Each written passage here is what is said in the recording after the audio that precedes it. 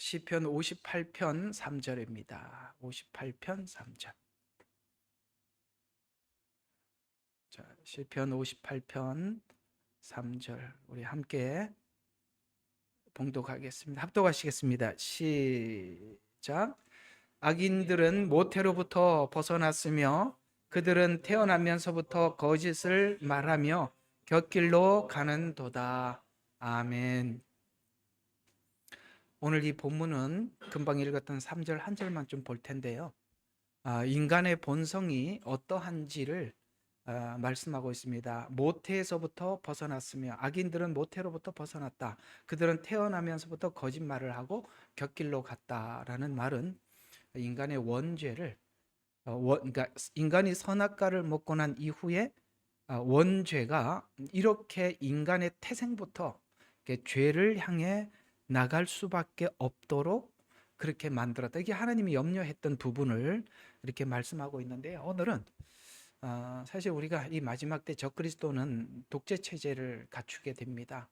우리는 지금 세계 곳곳에 한 부분적이지만 국가를 다스리고 있는 독재자들을 만나게 되고 보지요. 관찰을 하게 됩니다.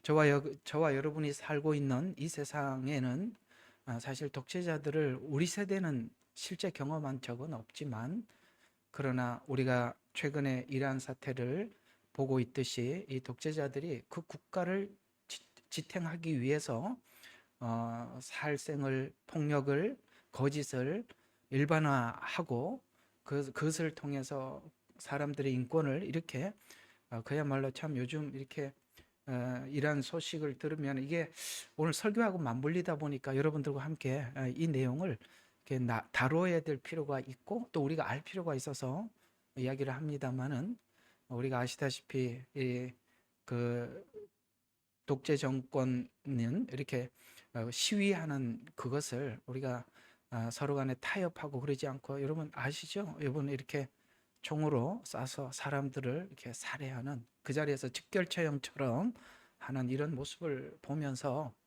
사람이 같은 인간 대 인간으로 그럴 수가 있나 라고 생각을 하지만, 좀 그 생각을 성경을 통해서 좀 깨트리고 싶습니다. 여러분들에게 인간의 사악함과 인간의 폭력성은 도대체 어느 정도인가를 우리가 좀 관찰을 해보면서 시작하려고 그러는데, 그냥 이렇게 바로 인간은 원래 인간이 태어나면서부터 이렇게 원죄로 인해서 사악합니다 이렇게 시작을 하면 여러분들에게 좀 설득력이 좀 부족할 것 같아서 성경을 보면서 좀 관찰을 하면서 하나하나 잠깐 왜 오늘 이 3절이 그렇게 설명을 했는지 한번 살펴보고 들어가 보도록 할 텐데요. 우리 창세기로 한번 가봅시다. 3장입니다. 인간의 악함과 폭력성이 어느 정도인지 여기 교재에는 없습니다만 제가 한번 좀 이해를 시키고 들어가는 게 좋을 것 같습니다. 자, 우리 4장 7절을 한번 보시면, 자 6절부터 한번 6절 7절 두 절만 짧게 보겠습니다. 이게 이해할 필요가 있습니다. 하나님께서 왜 인간이 선악과를 먹으면 안 되는지, 그토록 선악과를 먹는 것에 대해서 경계했는지를 오늘 그 아담의 후손들을 보면서 알 수 있습니다. 자, 가인을 소개하죠. 이렇게 소개합니다. 6절 7절을 보면 주께서 가인에게 말씀하시기를 내가 어찌하여 경노하느냐. 왜 경노했죠?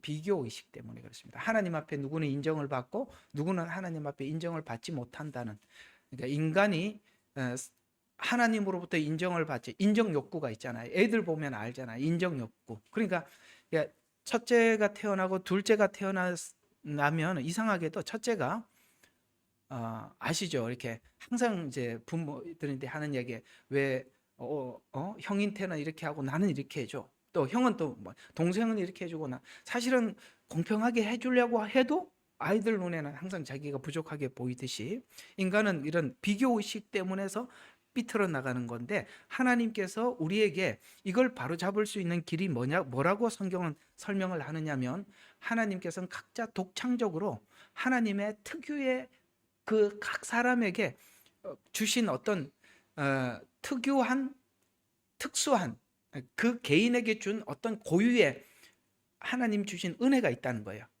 그걸 우리가 인정을 하고 받아들이면 이렇게 비교 의식에 의해서 사람들의 이렇게 내가 이렇게 엇나가지 않는데 이런 것 때문에 우리는 이렇게 엇나가게 된다라고 이제 성경은 이렇게 설명을 하고 있는데요. 한번 잘 관찰해 봐요. 지금 가인이 왜 경로하고 안색이 변했습니까? 그러면서 이제 그 아벨의 예물은 받고 가인의 예물은 받지 않아서 그렇거든요. 근데 가인이 예물을 받지 않을 밖에 없는 이유가 앞에 있어요. 뭐라고 이야기하냐면 땅이 저주를 받았어요. 땅이 저주를 받은 땅에다가 곡식을 심어서 하나님 앞에 열매를 드렸단 말이에요. 쉽게 말해서 무슨 말이냐면 하나님은 하지 말라는 짓만 골라서 했단 얘기예요. 그런 거는 본인이 생각을 하지 않아요. 자기가 하나님이 기뻐하는 일을 하지 않아서 하나님이 평가한 것에 대한 자기 평가에 대한 인정은 하지 않아. 놀랍게도 이렇게 우리가 부모나 하나님으로부터 성경 말씀을 통해서 우리가 뭔가 우리 문제에 대해서 지적을 받을 때가 있어요. 그걸 인정을 하면 해결 방법이 보여요. 그래서 우리가 예수님을 알고 곧 하나님의 그 진리 앞에 자기를 선명하게 봐서 내 문제를 내가 인정을 할 때 가능성이 있지, 인간은 이걸 못하면 가능성이 없는 겁니다. 그걸 지금 성경은 말해주고 싶은 거예요. 자, 분명히 말했어요. 경로하느냐 안색이 변했느냐가 본인이 알잖아요. 그 앞에 아담에게 말했어요. 땅이 저주를 받은 땅에다가 곡식을 심어서 하나님 앞에 예배를 드렸단 말이에요.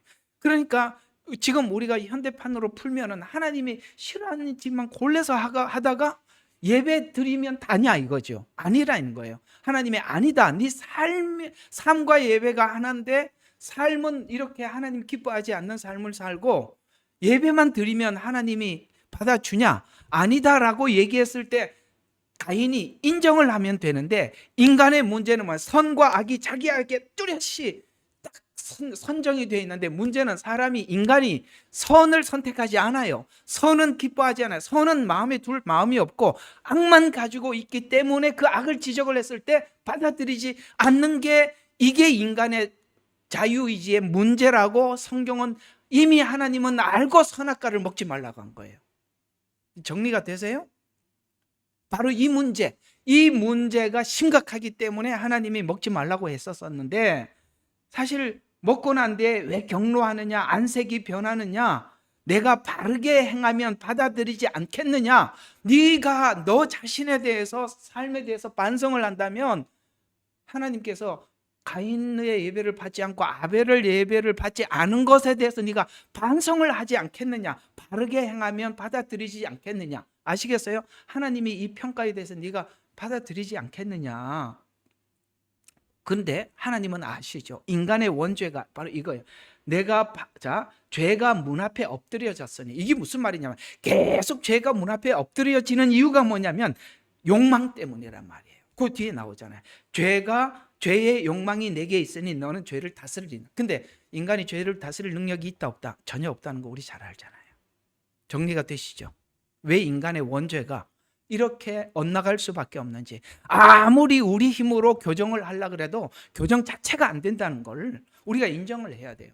우리가 주님을 만나서 그 안에서 은혜 안에서 변화되지 않으면 뭘로도 인간의 이 악한 성품은 겸손해도 악하고 독해도 악하고 아시겠어요? 이쪽도 악하고 이쪽은 아주 뭡니까?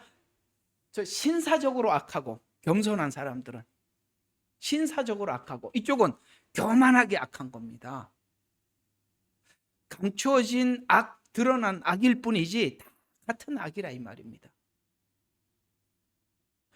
가인이 이럴 수밖에 없는 것은 인간의 그 악함이 하나님의 지적을 받아들일 수 없어요. 그런데 우리가 언제 하나님의 지적이 받아들여지기 시작하냐면 하나님의 은혜를 내 마음에 담을 때부터 하나님의 지적이 그게 하나님께서 우리를 얼마나 사랑하는 지적인지 알고 받아들여지게 된다 말이에요. 오늘 안 받아들여지는 게 당연하다. 왜? 죄의 욕망이 내게 있으니 계속 욕망이 생긴단 말이에요. 아까는 욕망이 뭘로? 비교의식 때문에 빗나갔단 말이에요. 비교의식 때문에. 그리고 다른 것 또 계속 생길걸요? 이게 율법이 말하잖아요. 율법이 들어오지 않았다면 내 안에 정욕을 깨닫지 못했을 거란 말이에요. 여기 말하는 욕망. 그러니까 죄는 목록이 아니라 이 안에 있는 수많은 이런 것들, 아시겠어요? 수많은 이런 것들이 죄라. 근데 다스릴지니라 하시냐? 다스려요? 못 다스리죠. 안 되죠. 근데 하나님이 이제 아벨에게 표를 주죠. 유랑자가 돼요. 인간이 하나님을 떠나 하나님 앞에 보호를 받지 못하는 죄책감의 유랑자가 되는 거예요. 인간의 이 유랑. 그래서 여기 12절에 보니까 너는 땅에서 도피하여 유랑자가 되니라. 가인이 주께 말씀하기 내 벌이 내게 감당하기가 너무 크니이다. 이게 인간의 마음속에 다 있다 이 말이에요. 그래서 우리가 인간이 이렇게 하나님을 떠나서 방황하게 되는 것입니다. 그래서 이제 그 다음에 이제 하나님께서 표를 주시죠. 이게 이제 인간이 그 죄를 지어서 방황하는 인간을 향한 하나님의 자비의 표현입니다. 그게 15절이죠. 주께서 그들에게 말씀하시기를 가인을 죽이는 자는 누구라도 안갚음을 7배를 받을지니라 하시고, 그래서 그 불안한 그 누구죠? 가인에게 하나님의 이 표를 통해서 보호로 이렇게 그러니까 안심을 시켜주는 겁니다. 이게 이제 첫 번째 등장하는 하나님의 은혜가 이렇게 등장하는 겁니다. 표를 주시니라. 그래서 어떤 사람도 그를 죽이지 못해. 자, 이게 이제 하나님이 그 방황하는 가인에게 준 걸 가지고 라멕이 악하게 쓰죠. 그게 이제 라멕 이야기가 연달아 나오는 겁니다. 23절을 보십시오. 4장 23절입니까? 라멕이 아내들에게 말하기를 야다여 신라여 내 음성을 들으라. 너희 라멕의 아내들이여 내 말에 경청하라. 나의 상처 때문에. 자, 아까 비교의식이라 그랬잖아요. 가인이 지금 비교의식 때문에 아벨을 쳐 죽였어요. 여기 보니까 나의 상함 때문에, 그러니까 사람들과 관계 속에 있는 상함. 그게 뭐예요? 인정 욕구들. 이게 하나님 앞에 사랑받고 인정을 받는 사람들한테 이렇게 목마르지 않거든요. 누가 뭐 좀 나한테 뭐라 그러면 뭐 어떠고 뭐라 그러면 뭐 어때? 그거 아무 상관이 없는 거예요. 그죠? 아니 하나님 앞에 사랑을 너무 듬뿍 받는데 뭐 사람이 나한테 뭐 이런들 저런데 무슨 상관이 있겠어요? 그 인정 욕구는 하나님 앞에 진지하고 깊은 사랑을 받을 때 사람들은 사람의 목마름대로 인정받는 것으로부터 자유하는 겁니다. 그래서 나의 상처 때문에, 이제 이게 독재자들이 되는 경우가 이 상처 때문에, 어릴 적에 이 상처들이 이렇게 만들어내는 거거든요. 그래서 내가 사람을 죽였고, 자, 사람을 죽이는 일들이 과거의 상처 때문이다 라고 이렇게 못을 박습니다. 이 말들을 잘 잘 이렇게 박아놓는 게 아니라 잘 새겨놓으면 성경 전체를 보는데 굉장히 도움이 돼요. 어쨌든 이 원죄가 인간을 어떻게 만드는지를, 죄가 어떻게 전이 되는지, 하나님이 보호해 주기 위한 이 복음도, 표도 어떻게 변질이 되는지 보라 이 말입니다. 이상하게 변질돼 가거든요. 그래서 나의 상함 때문에 나의 상함 때문에 청년을 죽였다 하면서 아까 가인에게 했던 말을 이렇게 써먹고 있어요. 24절 가인이 7배로 안갚음을 받는다면 진실로 라멕은 이런 7배로 다 하였더라라고 하면서 자기 사람 죽임, 폭력 이런 것들을 정당화하기 시작합니다. 이렇게 성경을 정당화해서, 우리가 옛날에 십자군 이야기 들으셨잖아요. 그 십자군들이 했던 그 악행 중에 하나가 뭐냐면 하나님께서 이 가나안 거민들을 다 죽이라고 했다. 그래서 이게 사람들 죽이는 거에 대해서 정당하게 정당성을 부여하고 그랬었거든요. 그 이제 성경은 그런 걸 정당성을 부여하라고 하나님께서 그 말씀을 한 건 아닌데 그렇게 쓰더라는 거예요. 라멕이 쓰듯이. 인간은 그래요. 성경을 가지고 전부 다 자기 변호하는 데 쓰지, 성경을 가지고 교훈을 받으려고 하는 사람은 그렇게 많지 않아요. 그런데 성경을 가지고 자기 변호를 쓰는 사람들이 이상하게 오늘 이제 하다 보면 알겠습니다. 독재자로 등장합니다. 왜? 신앙이라는 미명 아래 오늘 하나님께서 내게 명하셨다, 나는 신이 나를 세웠다, 이렇게 이상하게 독재자들은 독재를 하면서 자기 스스로가 신이 돼갑니다. 자, 어쨌든 그 이야기를 좀 해보면서 앞으로 지구상에 존재하고 있는, 국가에 존재하고 있는 많은 독재자들을 관찰하면서 우리가 마지막 등장할 이 적그리스도가 어떤 형태로 나타날 것인지, 오늘 여기 금방, 자 다시 시편으로 돌아가서 시편 58편이죠. 네, 8편. 네, 돌아가서 3절에 보면 악인들은 모태로부터 벗어났으며 그들은 태어나면서부터 거짓을 말하고 곁길로 나가는도다. 우리 가인, 라멕 둘을 우리가 한번 보는데 그 중에서 오늘 특별히 가인보다는 좀 더 구체화된 독재자 라멕을 통해서 우리가 한번 독재자들의 특징들을 살펴보도록 하겠습니다. 자, 우리 58편에 들어서서 독재에 대한 정리가 필요한 것 같습니다. 왜냐하면 적그리스도 체제는 독재 체제이기 때문에 그렇습니다. 그는 독재를 이렇게 만들지요. 요한계시록에 이 666표를 통해서 매매를 통제합니다. 우리가 매매를 해야만이 먹을 걸 구입을 하잖아요. 그래서 이 매매를 통해서 통제 사회를 만들어 인간이 살아야 될 경제, 쉽게 말해서 생존권. 그러니까 우리가 다른 거, 그러니까 의식주인데 우리가 인간이 살아갈 때 가장 기본이 의식주잖아요, 그죠? 근데 그 중에 첫 번째가 뭡니까? 먹을 거 아닙니까? 집은 좀 없어도 떠돌이 살아갈 수 있어요. 그러나 먹을 게 당장 없으면 사람은 죽을 수밖에 없어요. 그런데 그 중에 가장 강력한 뭘 붙잡죠? 먹을 거. 이걸 딱 붙잡죠. 그래서 경제 생존권으로 독재 체제를 구축해서 신정 체제를 만듭니다. 성경이 그걸 얘기해 줬잖아요. 요한계시록에. 이렇게 많은 사람들이 이상하게 이 적그리스도에게 많은 사람들이 동조할 것이라고 성경은 이야기를 하고 있어요. 놀랍죠? 근데 이게 왜 동조가 되는지를 보셔야 돼요.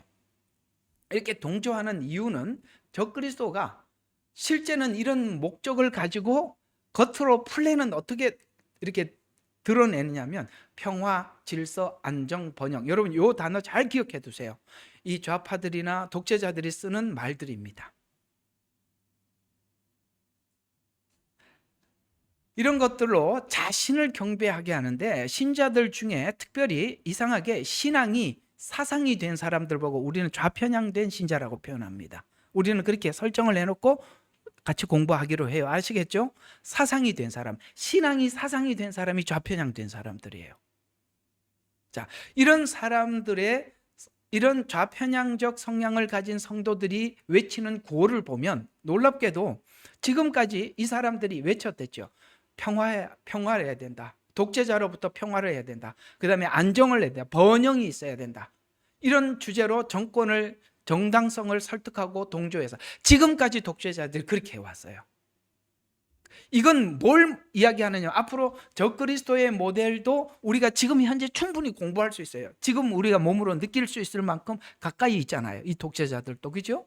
그래서 자기들의 어떤 이런 주제로 정권의 정당성을 설득하고 동조하는데 놀랍게도요, 이게 성경에서 나왔다는 게 무섭습니다. 그래서 이상하게 이 좌편향된 정당에 속해 있는 사람들 중에 우리가 크리스찬들이 그렇게 많아요. 우리 다 아니까 민주당 우리 국회의원들 진짜 신자들 많습니다.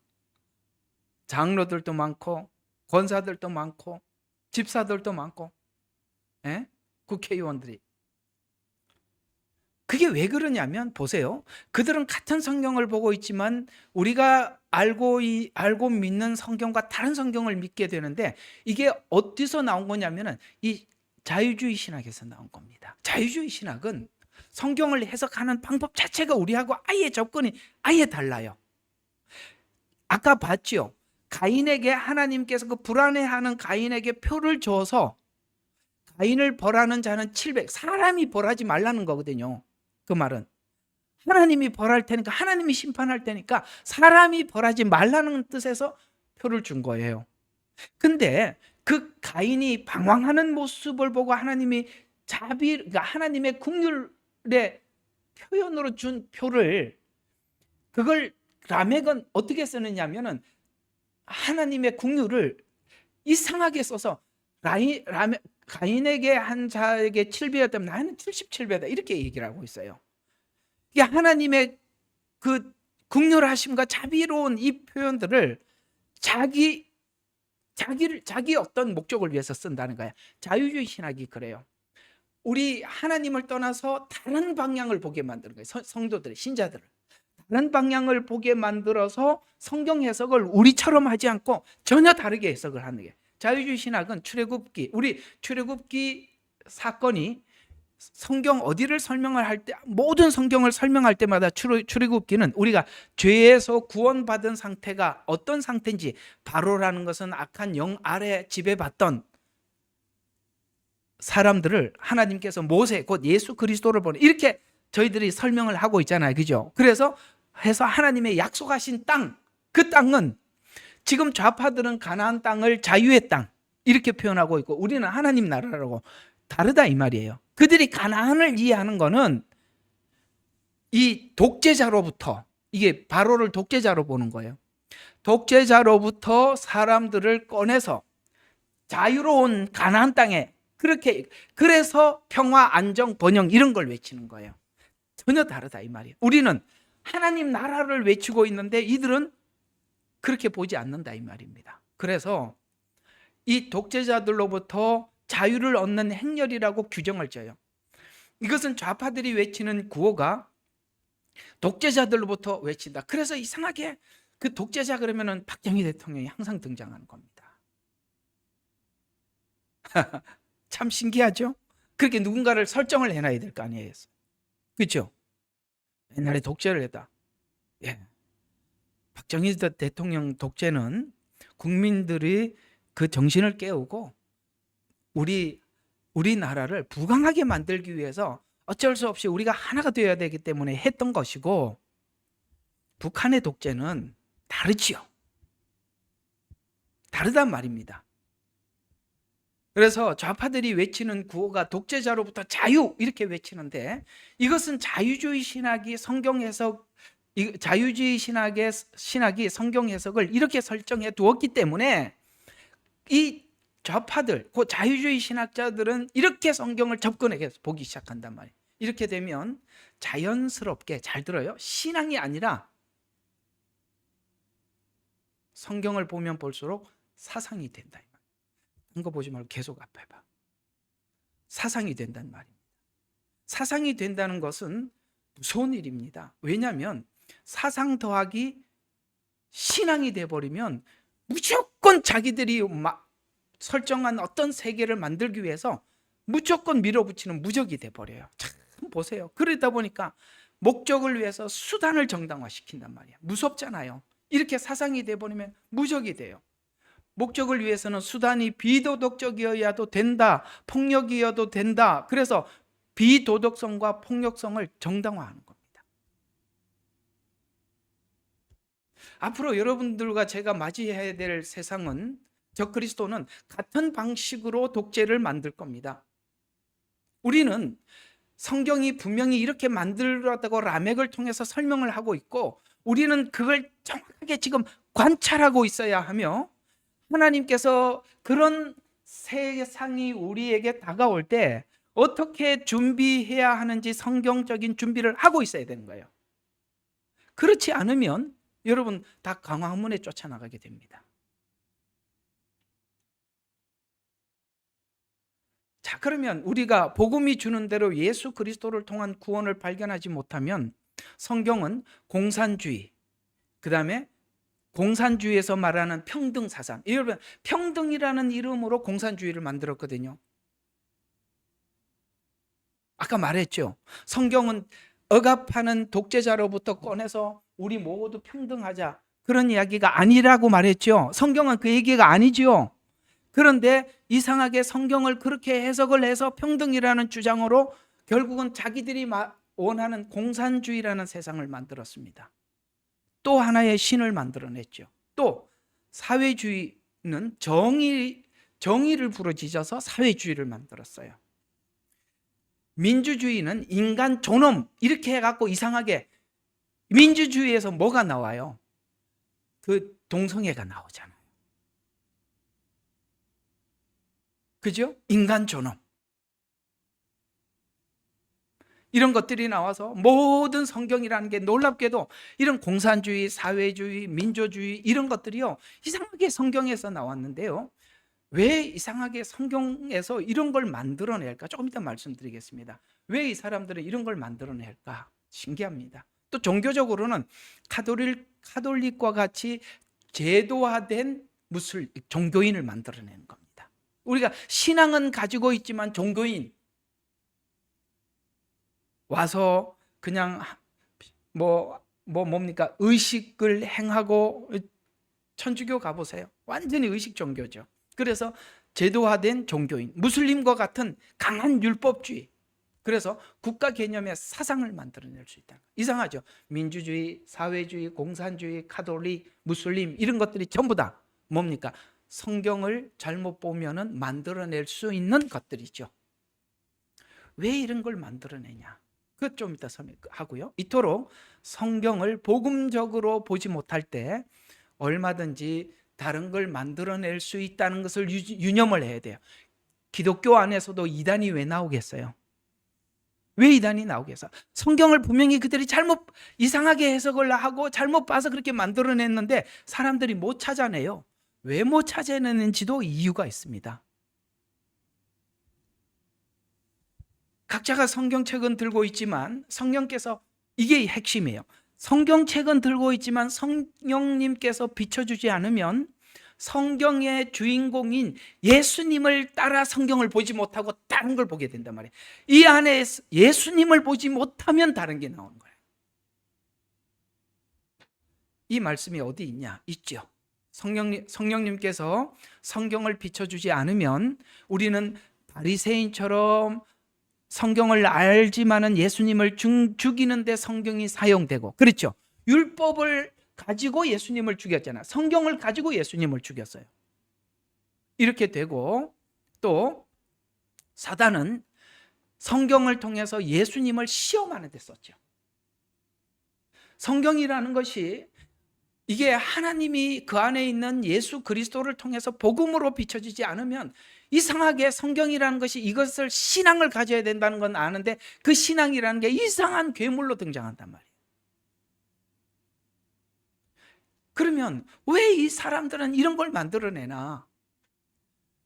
예수님은 이런 말씀을 하신 적이 있어요. 이게 요한복음 14장을 우리가 볼 필요가 있어요. 거기 보면 예수님께서 말씀하시기를 이렇게 말씀하셨습니다. 내가 가는 것이 유익하다. 성령님이 오면 내가 너희에게 한 말들이, 예수님이 한 말들이 생각나게 할 것이다. 이렇게 말씀하셨어요. 성령님께서 조명해 주지 않으면 그 안에 있는 예수님을 통해서 성경을 봐야 되는데 예수님이 안 보이니까 성경을 쥐어짜면 이상한 게 나온단 말이에요. 자, 그러면 우리 요한복음으로 가봅시다. 조금 도움을 받으려면 직접 보는 게 좋습니다. 요한복음 14장 26절입니다. 자, 여기 보면 그러나 위로자이신 성령을 아버지께서 내 이름으로 보내시리니 그가 너희에게 모든 것을 가르치며, 자, 성령님이 가르친대요. 그리고 또 내가 너희에게 말한 모든 것이 기억나게 하리라. 자, 분명히 말씀하죠. 누가 와야, 누가 열어줘야 돼? 성령님이 열어주셔서, 네. 또 성령님이 열어주는데 또 이상하게 열리는 분들이 계세요. 성령님이 열어줘야 된다고 맨날 기도만 하면서 하나님 성령님이 열어주셔서 깨달아졌다 하면서 이상하게 푸시는 이 희한한 사람들도 너무 많아. 참 그러니까 이상해요. 이 성경이라는 것이 정말 성경이 예수님이 하자 눈은 있어도 보지 못하고 누가 말을 해도 귀가 있어도 듣지 못하는 게 이상한 성경이에요. 이게 정말 하나님과 관계가 없는 사람들은요 보지도 듣지도 못해요. 참 희한하죠. 그러면 조금 더 도움을 받으려면 14장 도움을 좀 더 받으면 좋습니다. 29절부터 31절까지 한번 보시면 이렇게 얘기합니다. 제가 적어놨으니까 보세요. 내가 너희에게 말한 것은 그 일이 일어날 일인데 너희로 믿게 하려는 것이라. 그 일이 일어난다. 이게 무슨 말이죠? 예수님 좀 있으면 십자가에 죽으시고 그렇게 하실 거예요. 근데 이 사람들이, 제자들도 왜 죽었는지 아무도 몰랐어요. 근데 누가 와서 그게 열렸냐? 성령님이 오니까 그 보이더라는 거예요. 그렇죠? 그래서 베드로가 사도행전 1장 8절에 성령님이 임하고 난 뒤에 설교를 할 때 요엘에 말씀하시기를 이러하고 성경이 이렇게 성령님이 오니까 성경이 예수 그리스도와 만나게 되고 성령님이 오니까 예수 그리스도와 만나서 성경 모든 해석을 예수님과 연결해서 설명을 하더라는 거예요. 성령님이 오기 전에는 제자들이 예수님을 따라다녀도 몰랐어요.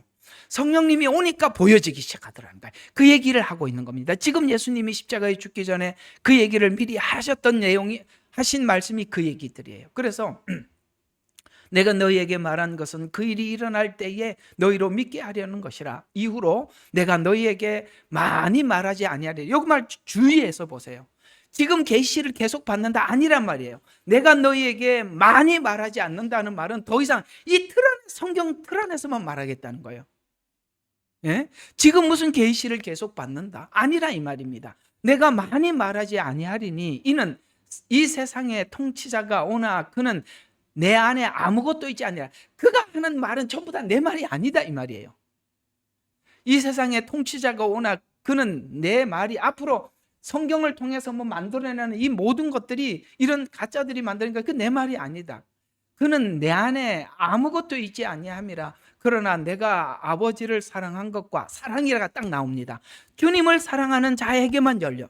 그래서 아버지를 사랑한 것과 아버지께서 내게 명령하신 대로 내가 행하는 것을 세상으로 알게 하려는 것이라. 이게 무슨 말입니까? 구약에서 하나님께서 말씀하신 대로 살다가 간단 말이에요. 근데 지금 이 사람들은 몰라요. 그러나 성령님이 오자 제자들에게 활짝 열린 것처럼 하나님의 영에 의해서 예수 그리스도, 그러니까 우리가 지금 우리 같이 화요일날 성경 공부 신기하죠? 소재 여기에 우리의 성화가 담겨 있고 이게 너무 신기하잖아요. 그러니까 보는 사람들은 다 보이는 거예요. 이게 안 보이는 사람들은 이게 성령님이 열어주지 않으면 보이질 않는 거예요. 그래서 내게 명령하신 대로 행하는 것을 세상에 알게 하려는 것이다. 이게 무슨 말이냐면은 앞에 있는 말대로 성도가 다른 목적을 가지고 성경을 보면 이 세상 통치자들이 성경을 가지고 평화, 정의 이런 걸 외치는 거에 속아 넘어간다 이 말이에요. 왜? 성경이 예수님과의 접목이 안 되면 여기 평화가 나오고 정의가 나오고 자유가 나오고, 그게 원래 성경의 이야기가 아닌데 그런 걸 만들어내는데 성령님 안에서 보지 못한 사람들이 거기 동조하더라는 거예요. 우리가 같이 예수를 믿지만 저게 왜 동조하지? 저게 분별이 안 되나 그러지만 그분들은 분별이 안 돼서 그러는 거예요. 오늘 여기 성경대로 성령님이 열어주지 않으면 보이지 않는다. 그래서 마지막 때 이 하나님이 정의를, 평화를, 평등을 외친다라고 하면 이 적그리스도가 딱 그래서서 외칠 때 사람들이 거기 다 넘어갈 수밖에 없는 이유가 그들이 성경을 그런 관점에서 이해를 하고 있었기 때문에 적그리스도가 그렇게 외칠 때 이게 복음이구나 하고 간다 이 말이에요. 배교는 그렇게 일어나는 겁니다. 또 사상이 신앙으로 착각되는 자들이 비교하며 넘어지게 될 것이다. 또 신자들의 믿음의 목적은 그래서 예수 그리스도의 약속하신, 우리 찬송가 아까 불렀잖아요. 주의 약속하신 말씀 위에서 주의 말씀하신 대로 행하며, 우리는 하나님이 약속하신 미래가 자유가 아니라 하나님 나라, 천년왕국, 새하늘과 새 땅, 그 미래라는 걸 압니다. 그러나 이 사람들은 그렇게 보지 않는다는 것이죠. 좀 이거 이야기하다가 요즘 뭐 신의 악단이라는 영화 때문에 다들 참 보고 은혜가 됐다 그래서 이게 도대체 뭔지 아직 보지는 못했습니다만 그 짧게 나온 줄거리 보면서 한번 검색을 해봤어요. 그래서 한번 정리를 해봤는데 참 재미있는 이야기예요. 제가 여기다 할 얘기가 있어서 하나 좀 집어넣었는데요. 이 신의 악단이라는 영화에는 이 김성은 목사와 여러 탈북자들의 경험을 바탕으로 만든 영화다 이렇게 나와 있더라고요. 이제 그 내용이 이제 국제 사회 지원금을 이렇게, 그때 이제 북한에 뭐든지 이렇게 지원을 못하게 돼 있을 때 지원금을 받아야 되겠는데 이제 가짜 찬양단을 만들어서 이제 붕해를 하면 지원을 해준다고 2억 달러를 주겠다고 저렇게 대략 보니까 그렇게 나와 있더라고요. 그걸 이제 받아내기 위해서 가짜 찬양단을 만들어서 실제 등장 인물들이 서로 변화되어가는 과정과 진정한 신앙의 고백을 그려내는 그런 과정을 이렇게 전달한, 그게 이제 실제 있었던 체험을 바탕으로 한 영화라고 그렇게 하더라고요. 근데 거기서 우리가 이제 제가 보는 관점만 좀 설명을 해드리면, 여기에서 인간 독재자를 찬양했던 찬양과 하나님을 찬양하는 찬양에 차이가 없다는 것에서 엄청 놀랐던 거예요. 모든 것이 은혜, 은혜. 우리 북한도 그러잖아요. 모든 것이 수령님의 은혜라고 그러잖아요. 그렇게 우리는 모든 것이 은혜라는 것은 하나님을 생각하는데 그 사람들은 수령님을 생각해요. 그럼 수령님이 듣기에 얼마나 좋겠어요. 모든 것이 은혜, 은혜, 한없는 은혜, 이러니 수령님이 듣고 얼마나 좋아하겠어요.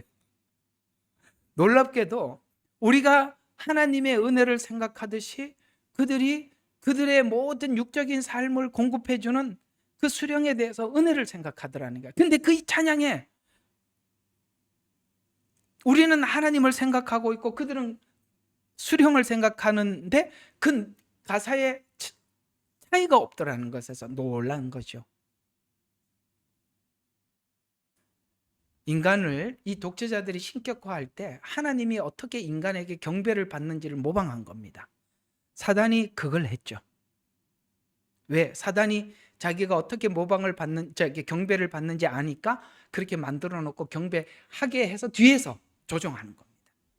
실체는 영적으로 사단이 경배를 받는 것입니다. 이런 구조로 되어 있다라고 성경은 딱 밝혀주고 있어요. 그래서 거기 들어가는 모든 언어가 인간에게 언어로, 감정으로, 충성으로 만들어졌다는 것에서 독재는 곧 사단이 하나님의 보좌를 모방한 것이다 라는 것을 알 수 있듯이 적그리스도는 마지막에 가장 모방을 완성할 겁니다. 지금은 한 지역별로, 국가별로 독재자들이 나타나지만 마지막 때는 한 독재자가 나타나서 온 지구에 있는 많은 사람들을 그렇게 모방해서 경배를 받게 될 것입니다. 자, 여기서 보면 도대체 그러면 적그리스도 앞에 쓰임을 받는 이 독재자들은 왜 쓰임을 받냐 이거죠. 불행하잖아요. 그죠?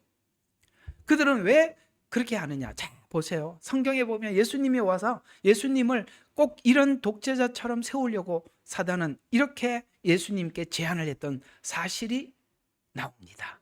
예수님께서 당하셨던 광야의 시험에서 볼 수 있듯이 사단은 말씀을 자기 권세를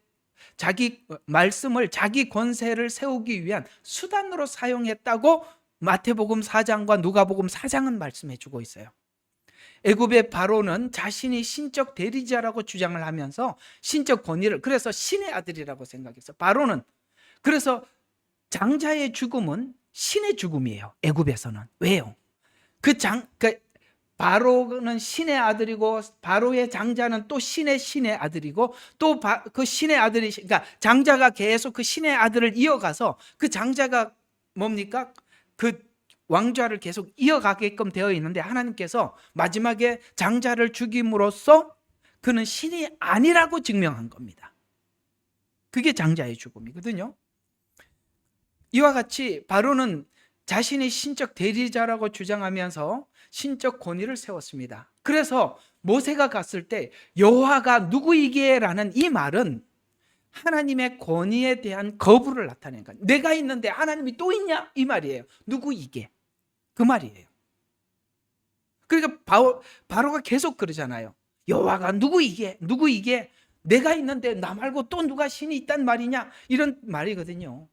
그래서 거부하였다는 말로 말씀을 차용해서 결국 자기 목적을 달성하기 위해서 사용하는 방법이 사단이 말씀을 사용하는 방식인데, 문제는 신자 중에 일부가 말씀을 자기 변명용어로 사용하면 이렇게 자꾸 변명용어로 사용하는 사람들이 사단의 도구가 된다 이 말입니다.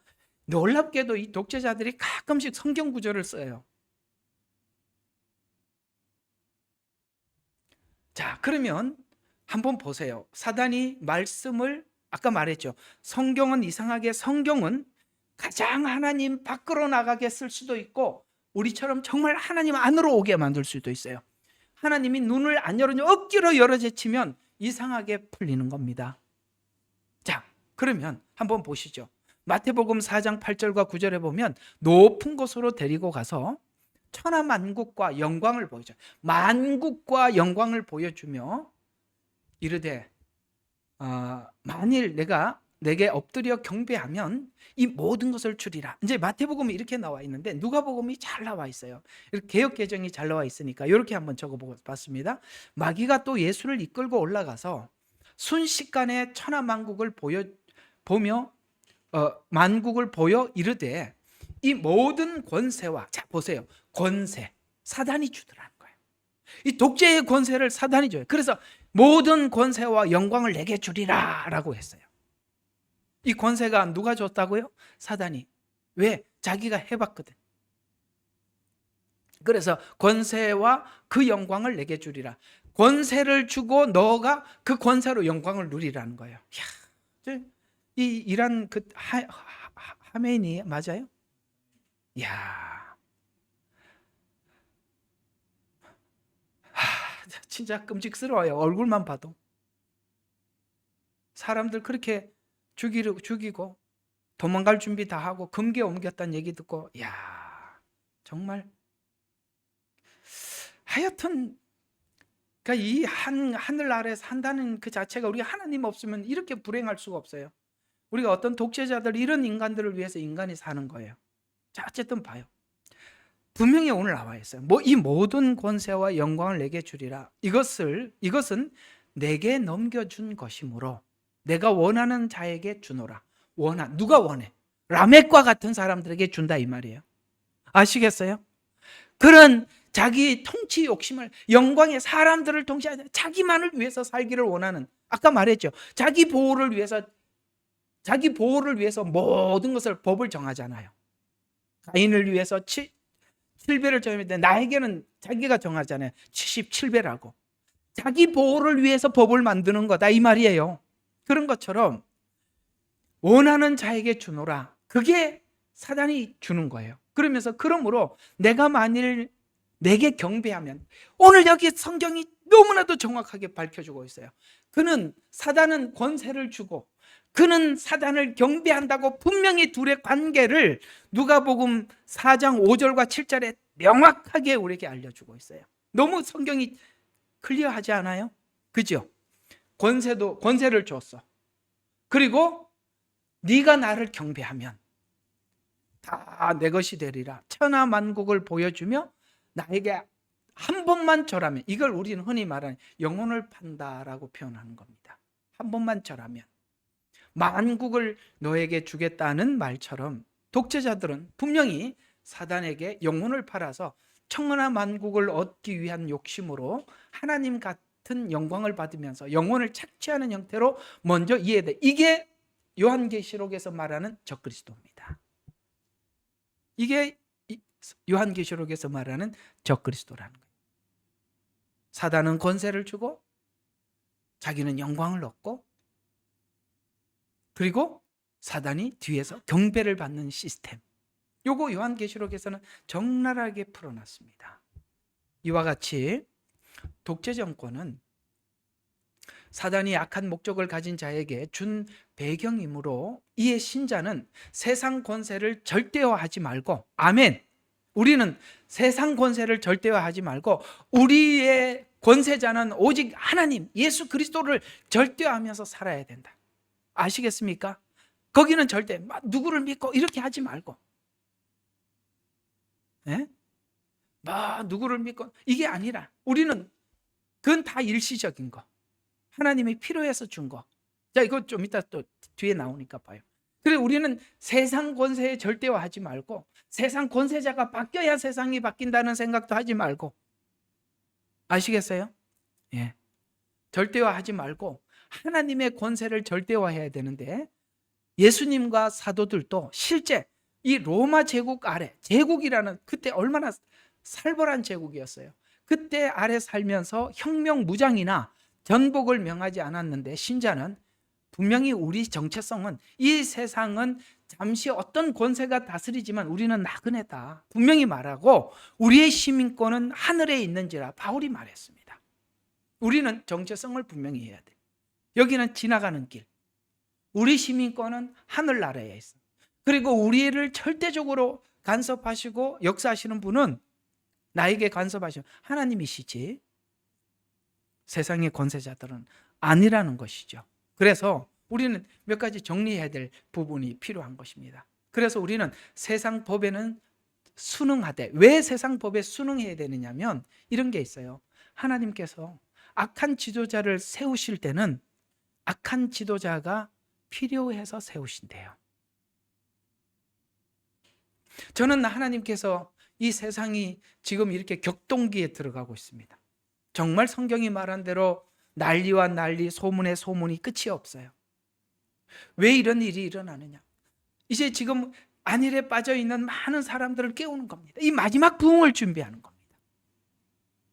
온 세상이 흔들리고 있어요. 이번 우리 2026년에 주시는 메시지가 뭐였습니까? 하나님께서 이 세상을 또 한 번 흔들리니라고 했잖아요. 세상은 흔들고 있어요. 이 흔들림을 통해서 사람들이 일상에서 깨어나서 삶을 생각하고 하나님을 생각하게 되고 하나님께 돌아오고 이런 일들을 하나님이 준비한다고 보여집니다. 그래서 우리는 세상 법에 순응하되 하나님의 양심과 신앙이 충돌되는 부분이 올 겁니다. 그때는 거부했어요. 이게 바로 다니엘과 다니엘 세 친구가 보여준 겁니다. 다니엘 세 친구가 하나의 씨앗이 되어서 많은 이스라엘 백성들이, 더 나아가서는 바벨론의 느부갓네살부터 시작해서 많은 국민들이 하나님께 돌아왔던 사건을 다니엘서는 기록하고 있습니다.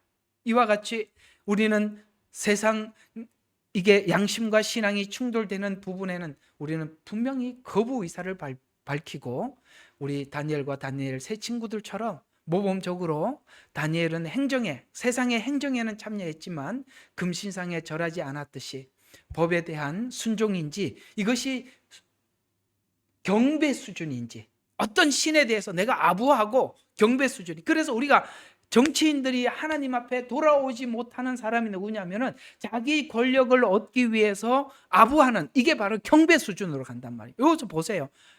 요즘 우리 이렇게 참 어차피 우리 다 아는 거니까 한번 민주당에 있는 인간들 보세요. 전부 다 이재명이 이렇게 커버 치느라고 자기 있잖아요. 똑같잖아요. 경배 수준 아니겠어요? 한 자리 해 먹으려고. 우리는요, 이게 왜 그래요? 세상에다 가치를 두니까 그렇게 되는 거예요. 그래서 이것이 법에 대한 순종인지 경배 수준의 요구인지 구별해서 행동해야 되는 것입니다. 우리는 지구상에 존재하는 국가를 세 가지 형태로 우리가 나누어지는데, 독재국가, 신정국가, 민주국가, 이렇게.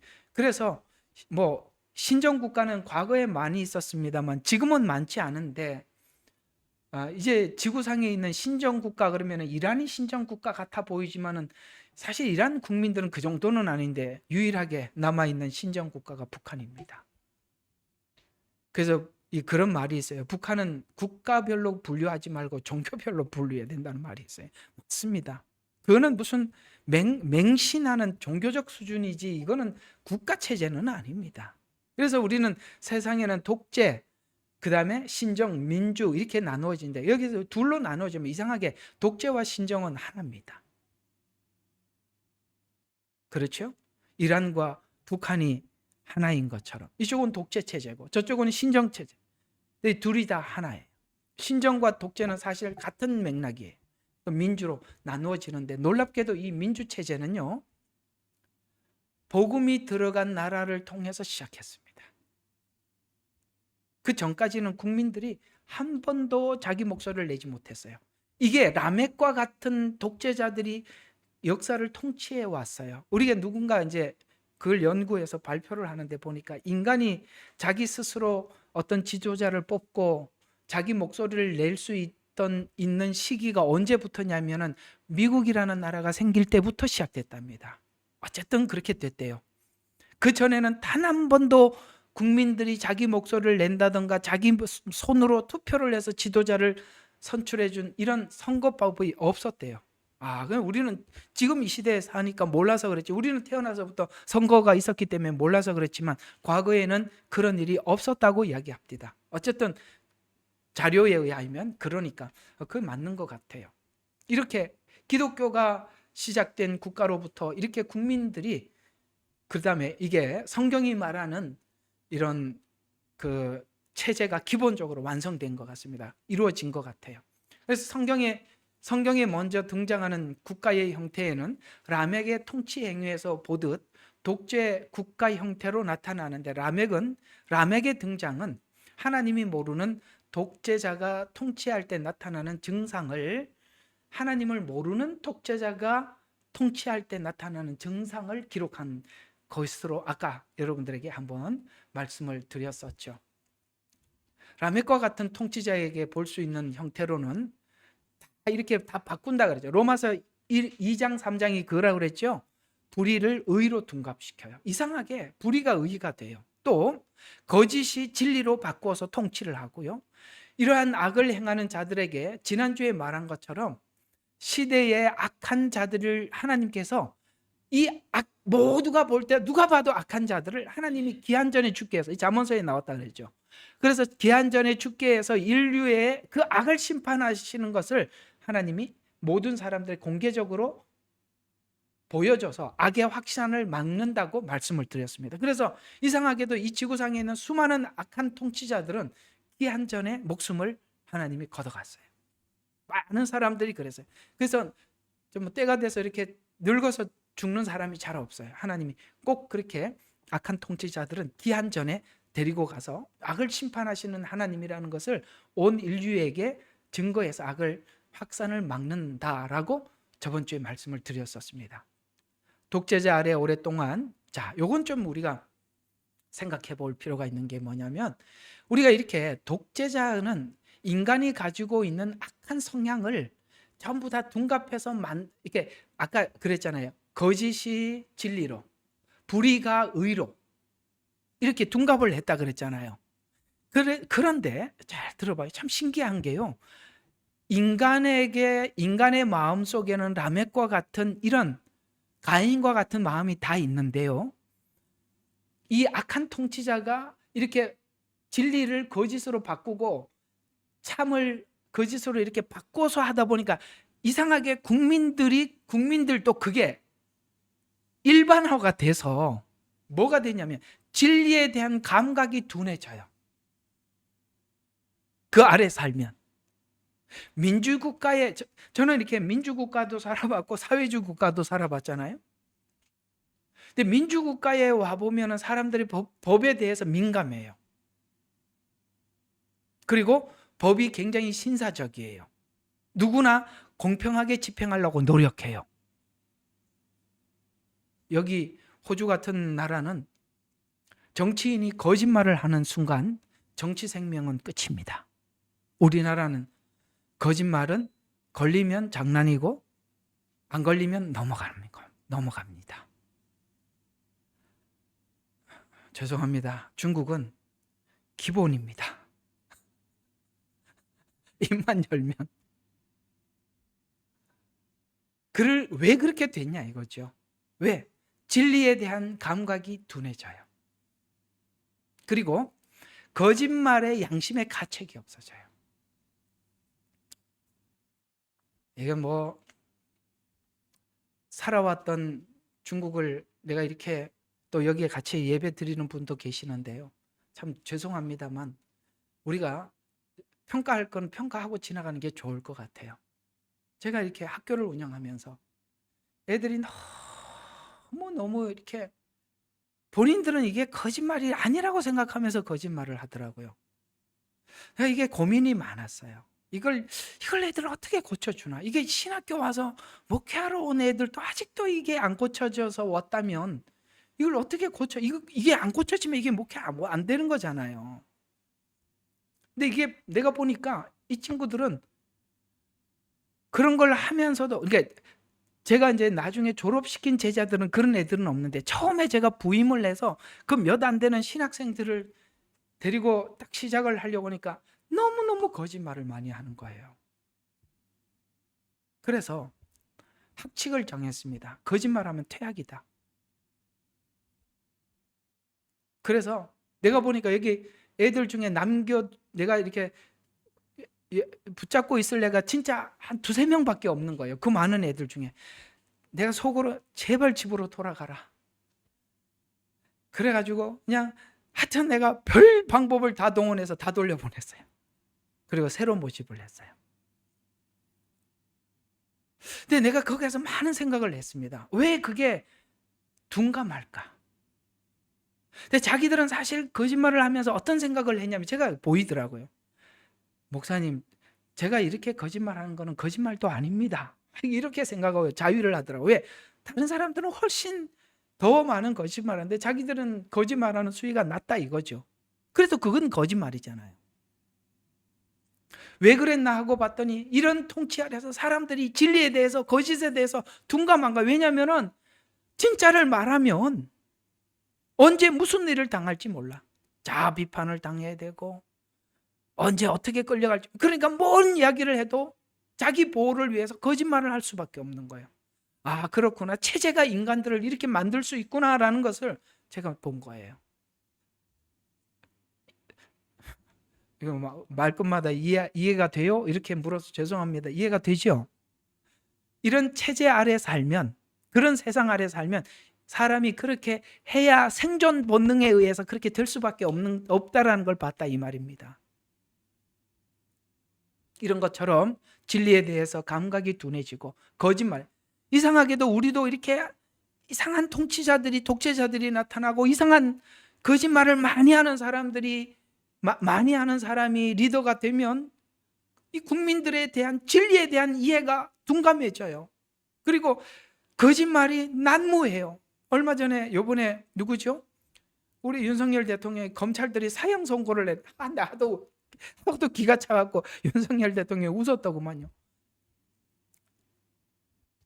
진리에 대해서 둔감해. 누가 들어도 공평하게 맞는 이야기인데 그게 참 이게 무섭지요. 여러분이 그걸 현장을 보고 있는 거예요.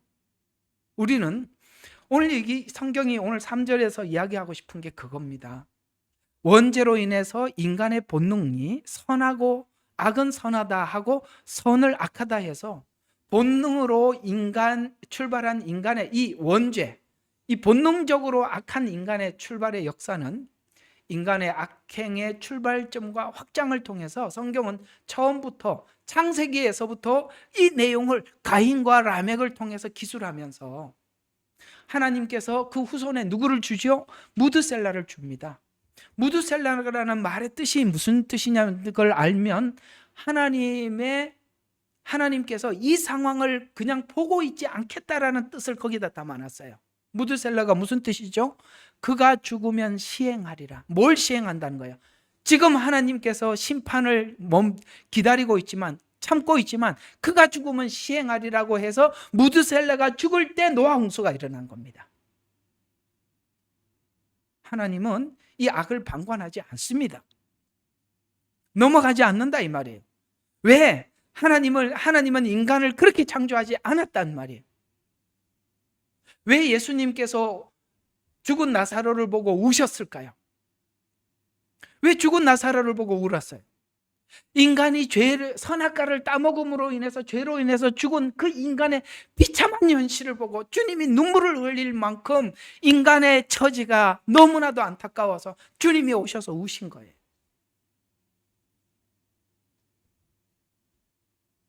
인간의 악행과 출발점과 그 악 확장은 성경이 그래서 처음부터 라멕과 가인, 그 다음에 무드셀라, 노아 홍수를 통해서 기술하기 시작한 겁니다. 그게 창세기 1장부터 11장의 메시지의 핵심이란 말입니다. 이와 같은 사례에서 라멕의 말이 뭡니까? 말씀을 차용해서 자기를 벌하는 사람은 7배를 더할 것이다 라고 해서 하나님의 공의를 역으로 이용해서 자신은 하나님께 보호받고 또 보호하는 자로서 하나님이 나를 건들면 하나님이 보복할 것이다 라고 이 보복의 정당성을 외쳤어요. 이런 현상이 폭력을 정의로 포장되고 자신의 상처를 면죄부로 호소하고 폭력을 정당화시켜. 라멕은 하나님 말씀을 도구화해서 자기 공의를 절대화시킨 최초의 인간이다. 그래서 이 독재자들이 뭐라고 그러냐면 자기 말이 법이라고 하잖아요. 라멕처럼. 그래서 이렇게 악한 자들에게 하나님 말씀을 자기 폭력을 정당화하고 자기 기만에 사용할 뿐입니다. 가인에게 허락한 회개의 기회가 자신을 보호하는 보호장치로 전환되어서 하나님도 내 편이라는 면죄부를 내면화시켰던 왜곡이 라멕 시대로부터 발전해서 상처를 준 사람을 죽인 것을 정당화해서 오늘 여기 말씀하시기를, 오늘 시편에 네 판단이 올바르냐라고 하는 거예요. 네가 지금 그러니까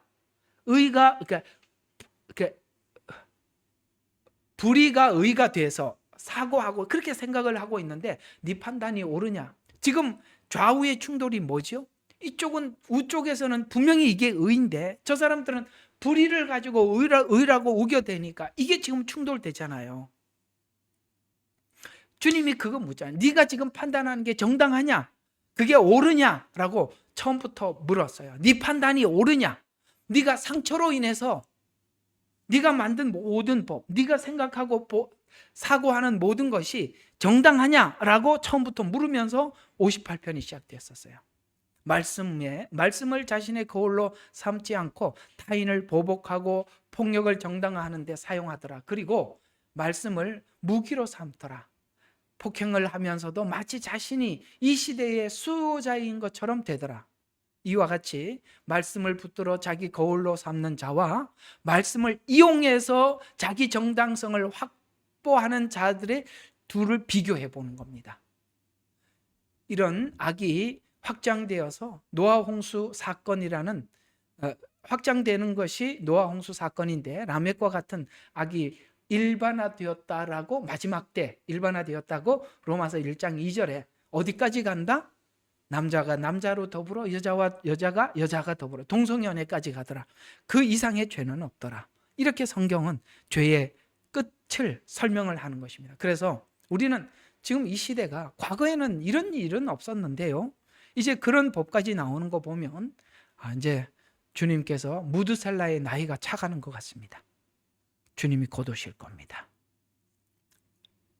이런 악이 확장한 것이 노아 홍수 사건. 그래서 오늘 이 마지막 때를 이렇게 표현하고 있죠.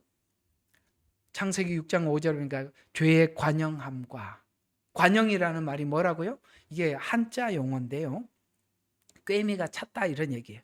우리는 뭐 옛날에 이게 그 말인지는 잘 모르겠어요. 이게 표준어인지는 모르겠는데, 우리가 이제 제 기억으로는 옛날에 이제 그 동태나 뭐 앵밀이, 그런, 혹시 아세요? 이게 경상도 사람들, 이게 뭐 표준어인지 모르겠습니다. 그런 거 이제 사면 옛날에 이렇게 그러니까 집에다가 고기를 이렇게 20마리 이렇게, 그걸 한 꿰미라고 그랬어요. 연필 한 타스를 12개를 한 타스라고 했잖아요. 이 관영이라는 말이 무슨 말이냐면, 20개짜리가 한 두루미, 그 다음에 12개가 한 타스 이렇게 불렀다면, 연필로 말하면 11개가 이미 꽉 차 있고 12개째가 들어가다 이런 뜻이에요. 관영한다라는 말은 하나님이 보실 때 죄가 지금 마지막을 달리고 있다, 마지막 한 개가 이제 그 자리로 들어가고 있다, 이런 말이거든요. 그런 말이 관영이라는 표현을 쓴 겁니다. 그러니까 죄가 관영함과 계획이 항상 악하다. 왜? 보세요. 라멕이 세운 계획, 가인이 세운 계획이 뭘 해도 악하잖아요. 그래서 이 죄가 정착한 상태에서 오늘 창세기 5장 12절과 12절, 강포가 가득해서 폭력이 문화로 자리 잡아 법이 되고, 강포와 폭력이 질서가 되고 하나님 없는 정의가 사회 기반이 되었을 때 노아 홍수가 쏟아진 겁니다. 자, 우리 마지막, 이 시대가 오는 건 사실인데, 마지막 하나님께서 이 시대를 살아가고 있는 우리들에게 이제 우리 하나님이 주신 교훈 한 가지 하고 오늘 이야기를 마쳐보려고 합니다. 디모데후서 3장 1절과 5절 우리가 한번 보도록 하겠습니다. 디모데후서 3장 1절과 5절. 자, 또 이것을 알라. 마지막 날들에 아주 어려운 때가 오리라. 맞습니다. 정말 이런 때 항상 계획이 악한 이 시대에 우리는 정말 어려운 시대를 살아갈 겁니다. 그러면서 사람들은 자기를 사랑하고 돈을 사랑하고 자긍하고, 왜 이렇게 변질됐다고? 자기 사랑, 돈 사랑, 자긍, 교만, 하나님을 모독하고 부모에게 불순종하며 감사하지 아니하고 거룩하지 아니하고 무정하고 화해하지 아니하고 모함하고 절제. 돌아서면 사람들이 용서하러 화해하러 오질 않아. 그죠? 무정해. 화해하지 않아. 모함해. 남들을 보면 항상 비방하는, 절제하지 못하고 사납고 선한 것을 좋아하지 아니하고 배반하고 분별이 없으며 자만하고 쾌락 사랑하는 것이 하나님 사랑하는 것보다 더하고 경건의 모양은 있으나 경건의 능력을 부인하는 자니 이런 자들에게 돌아서라. 돌아서라. 우리 거기 합류하지 말라는 거예요. 우리 하나님께서는 그냥 돌아서라고 분명히 우리에게 권면해 주고 있습니다. 그래서 오늘 주님은 그러나 너는 이렇게 얘기한 겁니다. 자, 오늘은 여러분들과 함께 마지막 때 나타날 적그리스도 체제에 대해서 우리가 지금 현재 일어나고 있는 이 독재 정권과 연결해서 왜 이 독재 정권이 생겼는지를 창세기 4장, 5장 이쪽을 기준으로 해서 여러분들과 함께 살펴보았습니다. 오늘 시편을 기록했던 다윗은 독재자 사울 아래서 살아갔던 지난 날들을 연상하면서 기록한 시입니다. 하나님께서 다윗에게 이런 시대를 잠시라도 겪게 하시면서 예언적인 시편 58편을 우리에게 남겨줌으로 인해서 우리가 좀 더 깊은 관찰을 통해서 우리가 다가올 시대를 생각해 봤습니다. 우리 마지막 여러분들에게 나누어 드렸던 이 말씀처럼 그러나 너는 이라는 이 말씀을 생각하면서 세상 사람들은 모두 이 길을 갈지라도 우리는 하나님 앞에 돌아서서 경건을 따르고 말씀을 따라가는 사랑하는 우리 주생명 선교교회와 예레미야 눈물교회가 되셨으면 기대합니다. 기도하고 마치겠습니다. 사랑의 하나님, 은혜를 감사합니다. 오늘 우리는 시편 53편, 58편 3절에 있는 한 말씀을 통해서 인간의 원죄가 어떻게 죄를 만들어냈고 그 죄에 으뜸되는 어떤 사람들이 어떻게 독재가 되었으며 그 독재를 사단이 원하는 자에게 권력을 주어 영광을 얻게 하고 그 영광이 사단은 뒤에서 받고 있음을 우리가 알았습니다. 이것은 바로 사단이 세운 영적인 문제라는 사실을 깨닫지 못하면, 인간의 도덕에 호소한다면 하나님, 우리는 정말 잘못 보고 잘못된 항의를 하게 될 것입니다. 이것은 도덕성의 문제가 아니라 영적인 문제요.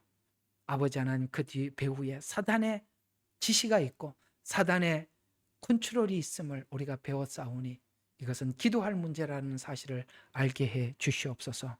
그 사이에 우리가 하나님을 믿는 믿음 가운데 굳게 서서 우리 믿음을 지켜나갈 수 있는 우리 사랑하는 성도들이 다 되도록 하나님 인도하여 주시옵소서.